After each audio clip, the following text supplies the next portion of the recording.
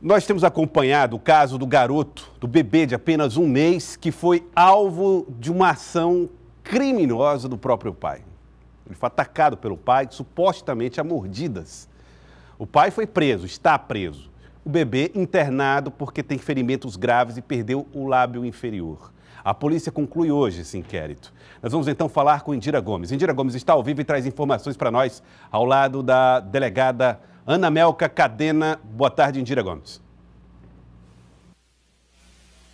Boa tarde mais uma vez, Joelson. O inquérito deve ser remetido à Justiça na próxima segunda-feira, mas já está praticamente concluído e com uma novidade.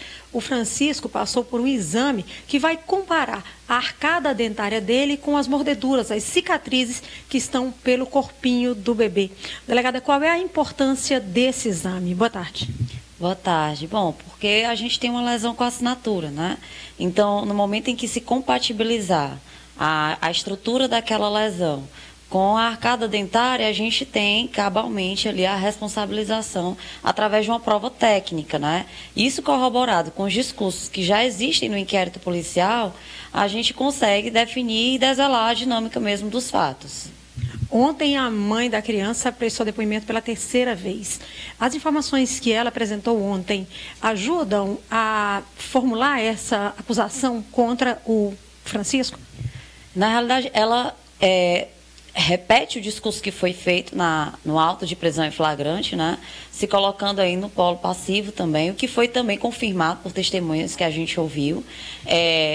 Foi ouvida mais algumas vezes, foram duas vezes logo nessa parte, né, das declarações complementares, e fez com que a gente conseguisse identificar, né, aquilo que já tinha sido levantado preliminarmente e permitiu também, a partir daí, que a gente pedisse novas perícias, né?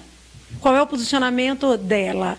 Ela se ofereceu também para fazer esse exame da arcada dentária? Sim, ela aceitou fazer até porque assim, a nossa objetivação é elidir qualquer possibilidade da participação dela ativamente na prática do ato, né?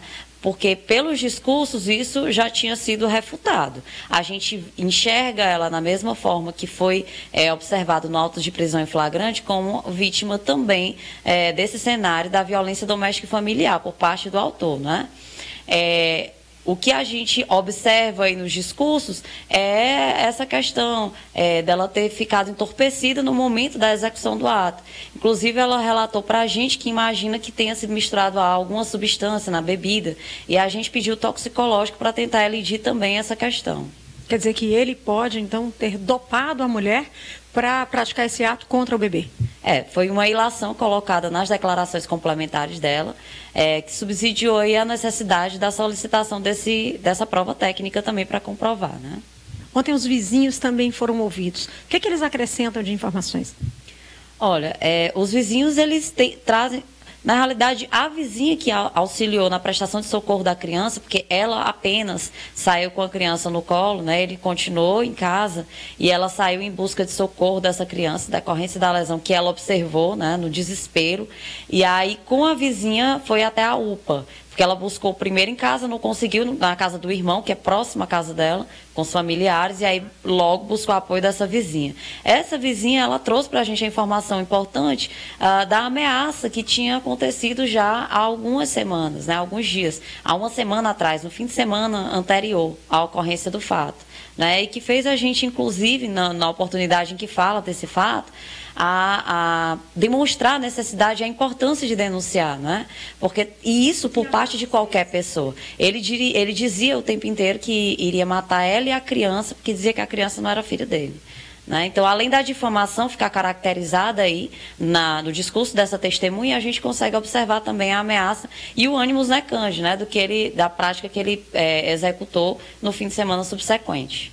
Gelson tem uma pergunta do estúdio. Pois não, Gelson? Delegada, a senhora já falou aí da motivação. A motivação deve ter sido mesmo ciúmes. Ele desconfiava que o filho não era dele, por isso teria agredido a criança.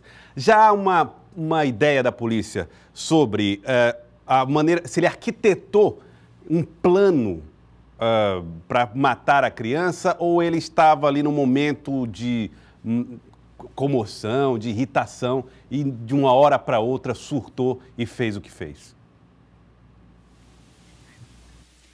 Olha, isso é muito complicado a gente falar como foi o pensamento dele, porque o que a gente consegue observar pelos discursos das testemunhas, da própria mulher, né, em situação de violência, que era a companheira dele, mãe do bebê, é que ele já verbalizava a intenção de praticar um mal contra essa criança e já verbalizava essa questão, né, denotando a posse em face dela e menoscabando a honra dela também, dizendo que a criança não seria filho dele. Então, essa motivação ela já vem sendo desenhada há muito tempo, não foi algo que veio de rompante ali na hora da execução, né? Se a gente observar esses discursos que narram fatos anteriores, bem anteriores. Inclusive uma discussão que teve na mesma noite anterior, bem anterior à madrugada de quando tudo se revelou, não é? Quando a criança foi levada para a UPA e tudo. Então é muito complicado se dizer que foi uma comoção ali na hora. Houve esse pensamento e essa verbalização pelos discursos que a gente tem observado durante esses dias no inquérito, de que era uma intenção bem anterior. Ele nega? E por que crimes ele pode ser acusado? Olha, ele nega sim, né? Ele foi ouvido no auto de prisão em flagrante, ele negou a autoria, mas da mesma forma que a modulação do auto de prisão flagrante já foi colocada, a gente reforça a possibilidade mesmo final de indiciá-lo pela lesão corporal feita a genitora do bebê, não é? A ameaça à companheira e a tentativa de homicídio em face do bebê. Além disso, a difamação que a gente conseguiu observar com esses discursos colhidos agora. Muito obrigada, então, delegada Ana Melca Cadena, que é responsável por esse inquérito que deve ser remetido à Justiça na segunda-feira. Joelson.